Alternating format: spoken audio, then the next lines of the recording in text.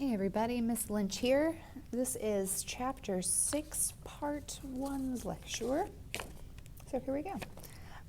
Okay, hopefully you have all your stuff in front of you and you're ready to go. Okay, and I will just get into it. Let me take a little swig of this water. Alrighty, we are on chapter 6 right now, The Revolution Within. Okay, so last time we were talking about the Revolutionary War. And this chapter, the war itself had actually ended. So now we are looking at this new nation that needs to, we're standing on little baby deer legs. So we have to figure things out and, get our stride, so to speak. So chapter 6 is about all of the internal issues and organizing that went on, right after the war, in the earliest stages of nationhood, basically. Okay? Alrighty. The American Revolution, as we know, was a struggle for national independence from the British Crown, as we've talked about, and it enlarged the scope of freedom for some, and it challenged inherited structures of power within America. This just goes back to everything we've been talking about in regards to the British colonists revolting against the British Crown, just challenging those structures. And then, we talked about at times whenever, hierarchies tried to work their way in, people kind of revolted against that. Okay, so that's really in a nutshell what we're talking about. So in rejecting the crown, many rejected the society of privilege, patronage, and fixed status, which really, that says a lot about, even today, as Americans, really that dream that you can, well, I guess that comes back to manifest destiny, but you can go out and be anything and everything that you want to be, regardless of who you are, where you're born, what your upbringing is like, okay, so things like that. But so just rejecting this fixed system, okay? Okay. The revolution did not undo the obedience to which male heads of household were entitled from their wives and children. And then in the southern states, slavery as an institution, okay? So our Revolutionary War, and that freedom, the scope of freedom for some is not reflected for all, okay? And that we'll get into that point. It's really the second half of this chapter, okay? All right, so like I said, trying to figure out how to run this early country. So there are lots of debates early on over universal male suffrage, so voting rights, religious toleration, and then the abolition of slavery, which we'll talk about. There was a vote that very early on was one vote away from potentially ending slavery. We can't sit here and talk about that too much because that is not how things played out. That was only a potential end to this. But the point is that there's debate early on about, well, particularly slavery, but other things like religious toleration, voting rights, stuff like that, okay? This was focused around our Anglo-European male citizens, but reflected, or extended, I should say, to different classes. So we have our elite, we have artisans, farmers, laborers, okay? And our militias, they demanded the right to elect officers and the right to vote regardless of age or property requirements. So property requirements are being challenged, which we know we've talked about a lot. So that was a big thing for generations leading up to this, okay? Early on, every state adopted a new constitution, before they had been colonies, so now they're states, so they have to write new constitutions. Nearly all agreed to their governments, the fact that they had to be republics, meaning that their authority rested on the consent of the people, okay, the voters, and that there would be no king or a hereditary aristocracy, okay? Our new constitutions retained property qualifications for the most part for voting rights, and then to authorize a legislature also, which was gentry dominated, and to choose a governor. Okay, so property qualifications don't go away yet. Right. Okay, so towards religious toleration, which again, this has been a big theme for us, the Protestant Catholic rivalry, of this point in time, still ongoing, but people are kind of working towards ending that to a certain extent. Okay, so during the war, Americans sought their alliance with Canadians to fight against the British, and in 1778, the United States formed an alliance with the French, who are a Catholic nation. So that's huge, a huge stride, if you will. And there is a drive to separate church and state as a way to allow for religious toleration amongst our states, okay?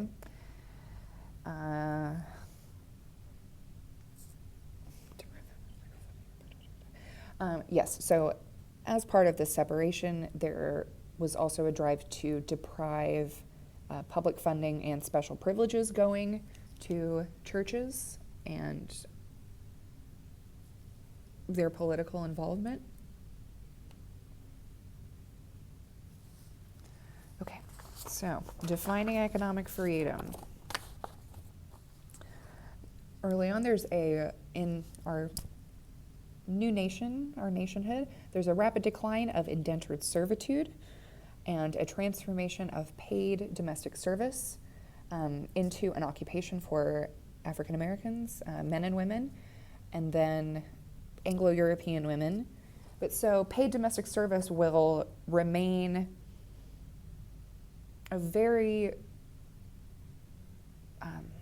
there will be a large workforce in domestic servitude, really going from this point in time up until the 1920s, whenever we start having lots of technological advancements coming into the home. Okay, but so paid domestic service as a job really comes about during this time.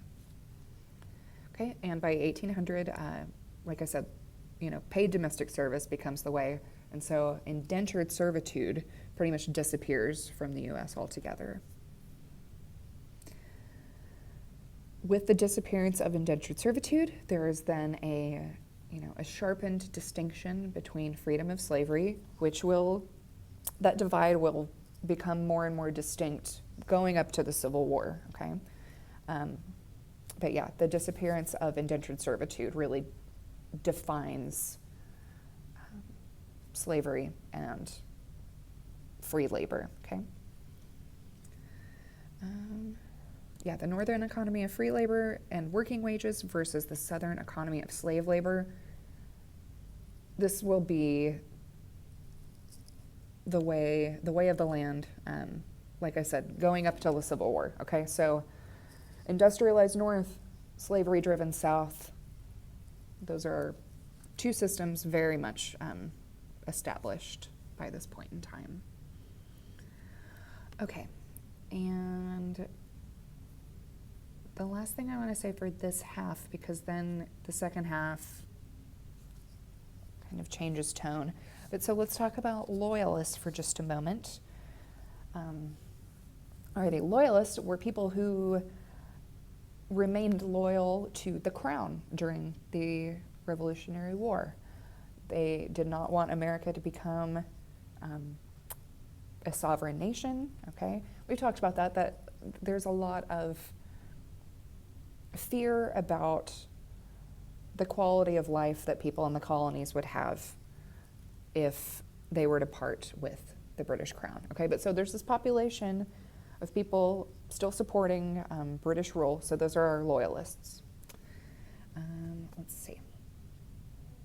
So during the war, about 20 to 25% of the American population would be loyalist, and that marked about 20,000 people who would fight for the British.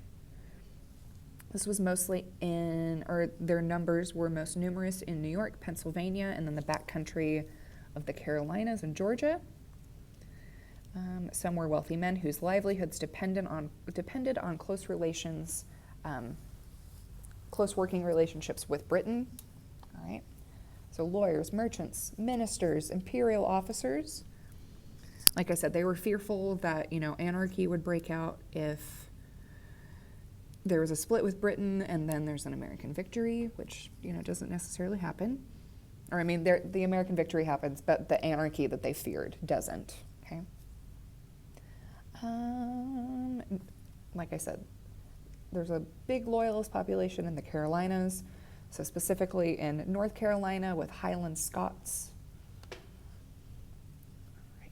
And in the South, many backcountry farmers who had resented the domination of public affairs by those wealthy planters that we've talked about quite a bit. Wealthy planters that sided with the British, as did numerous slaves, who hoped an American defeat would bring their freedom. Alrighty, so when the war ended, as many as 60,000 loyalists were either banished or emigrated, voluntarily going back to Britain, Canada, or the West Indies. And we've talked about this. The Treaty of Paris had a stipulation that loyalists who remained in the colonies wouldn't be punished. Okay, so Treaty of Paris pledged to end the persecution of former loyalists and to restore any property that they had lost because of the revolution.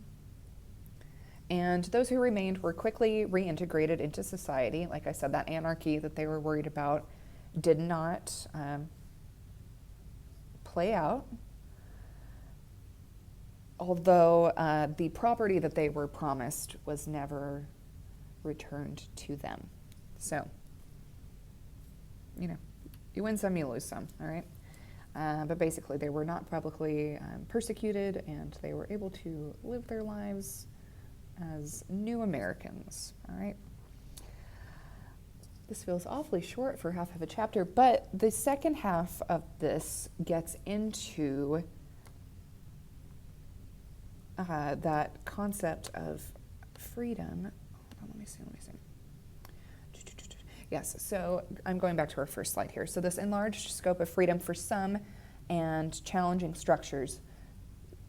So the second half of our chapter is people whose liberty was limited in one way or another. So slaves, first Americans, women, all right? So the second half of this, we will talk about those groups of people. But yeah, okay, I will end it for the moment. And if you guys have any questions, please give me a shout. Shoot me an email, okay? Talk to you later. Bye.